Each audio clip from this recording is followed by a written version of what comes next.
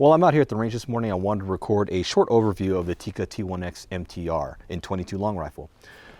I bought this gun relatively recently for a loaner rifle for our NRL 22 matches. We've been holding matches here for a few years now, and every so often somebody will need to borrow a gun because they don't have a rifle and they want to try out NRL 22. So we've been just loaning our own personal rifles that we use for shooting our matches. So I said, you know what, might as well just get a rifle that we can just commit for, a loaner rifle. And that's what I acquired this Tikka T1x MTR for. So for those unaware, the Tikka T1x MTR is made by Tikka of Saco out of Finland. It's chambered in 22 LR. You can get it in 17 HMR, but I got one in 22 long rifle. This is a 20-inch barrel. You can also get it in the 16, but a 16 and a half, I think. But 20 is kind of the one you want to go with. This is pretty much bone stock as you see it here. I've added a Area 419 30-minute rail. And then on the bottom of this, you may notice there is a Arca rail. And this is, I think it's by a company named Mountain Tactical. If I'm incorrect on that, I'll correct it in the caption. But it's an Arca rail that just attaches directly to the factory OEM stock.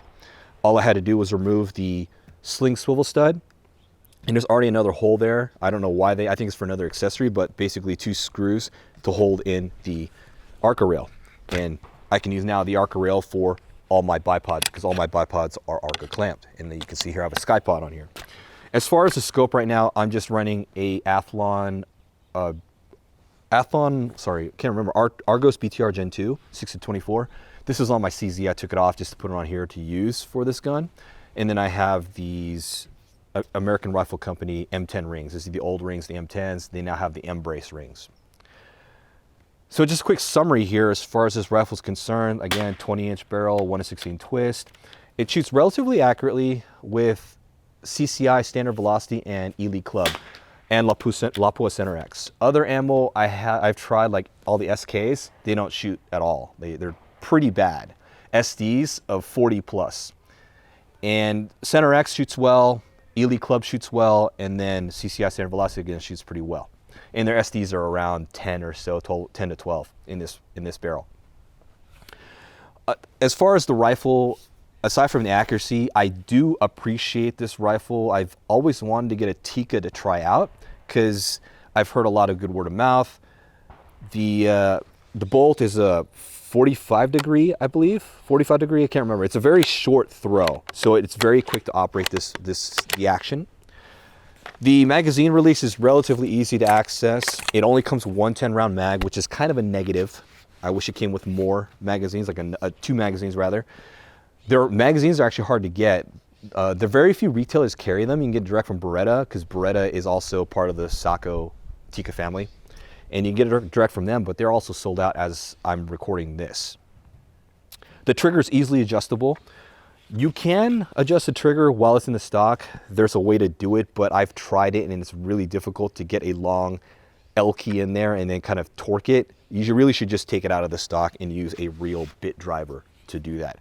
But right now I have it breaking at 1 pound, 10 ounces roughly, and it's crisp. There's no creep on it. I'm amazed at how well this trigger is compared to my CZ455.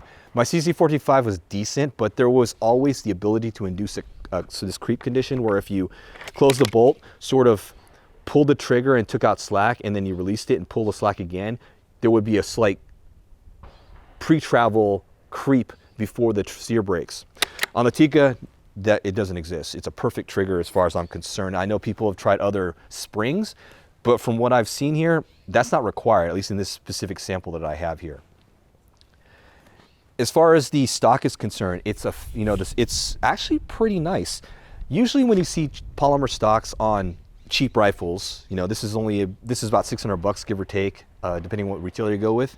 But usually on a cheap rifle, the synthetic stock is pretty bad. But when I took it out to adjust the trigger and I looked at it, the injection molding they did on this OEM stock is really clean. You don't really see any seams. There's no cracks, and like the separation of the mold, it's very sharp. There's like no real, imperfections that are like glaringly obvious. It's really clean. So I'm amazed actually as far as the stock, and it feels fairly rigid. It free floats. There's a slight, like a little barrel support here, which you kind of see in some rimfire guns where they'll put a little bit of support ahead of the action. So that does free float up to about here or so. There's a little bit of support in front of the action on the barrel. The length of pull is relatively long. I can't remember what it is. I think it's at 13, which is kind of long given that it's a 22. Usually 22s, you have shorter length of pulls because they're more marketed for youth shooters. So I'm not entirely sure what Tikka's thought process was behind this. Frankly, I wish they had just made this like a really short length of pull, like 11.5, but with put spacers on that you can take off. That would have been a better idea. But right now I think it's a 13. If I'm incorrect, I'll correct it in the captions of this video. The bolt releases, it's a side bolt release, just like more modern bolt designs. It does have like that Remington style bolt release on the underneath the trigger guard. It's just side bolt release. And but that's that. Muzzle is threaded, but I'm not going to do any put anything on there. I'm just going to keep it clean with just the crown protector and the muzzle protector.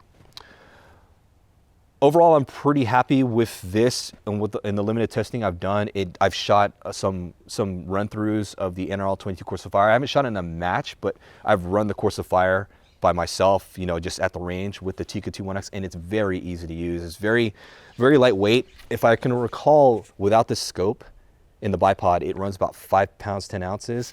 And I'll have to reweigh this setup with the SkyPod, but it balances pretty well. It's a little bit back heavy right there when I'm holding my palm right on the rear end of the Arca rail. But right here in front of the magazine well, it's gonna be a little front heavy. So it's pretty well balanced. So I appreciate how this works as far as balance. Granted, that's with the bipod, of course. It will balance differently without the bipod, but I think it's really good. If you're looking for a 22 rimfire rifle, this is a nice rifle to go with. I know CZ457s are very popular. It's probably the de facto rimfire gun under $1,000.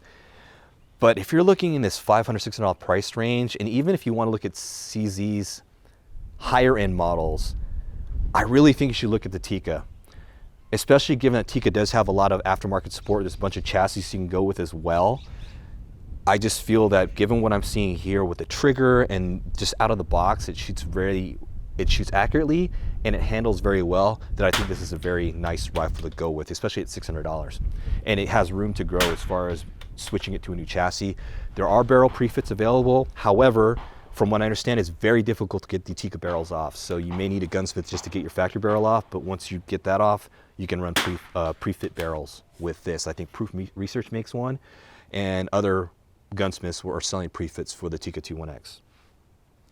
So that's it for this Tikka T1x. I also have an article written on this, so if you want to read that and see a lot of photos of this rifle, including the inside of the stock, so you can get an idea of how well the stock is, you know, the injection molding is done on this, and why I'm impressed by it, then definitely go check out that article, and I'll put a link in the video description.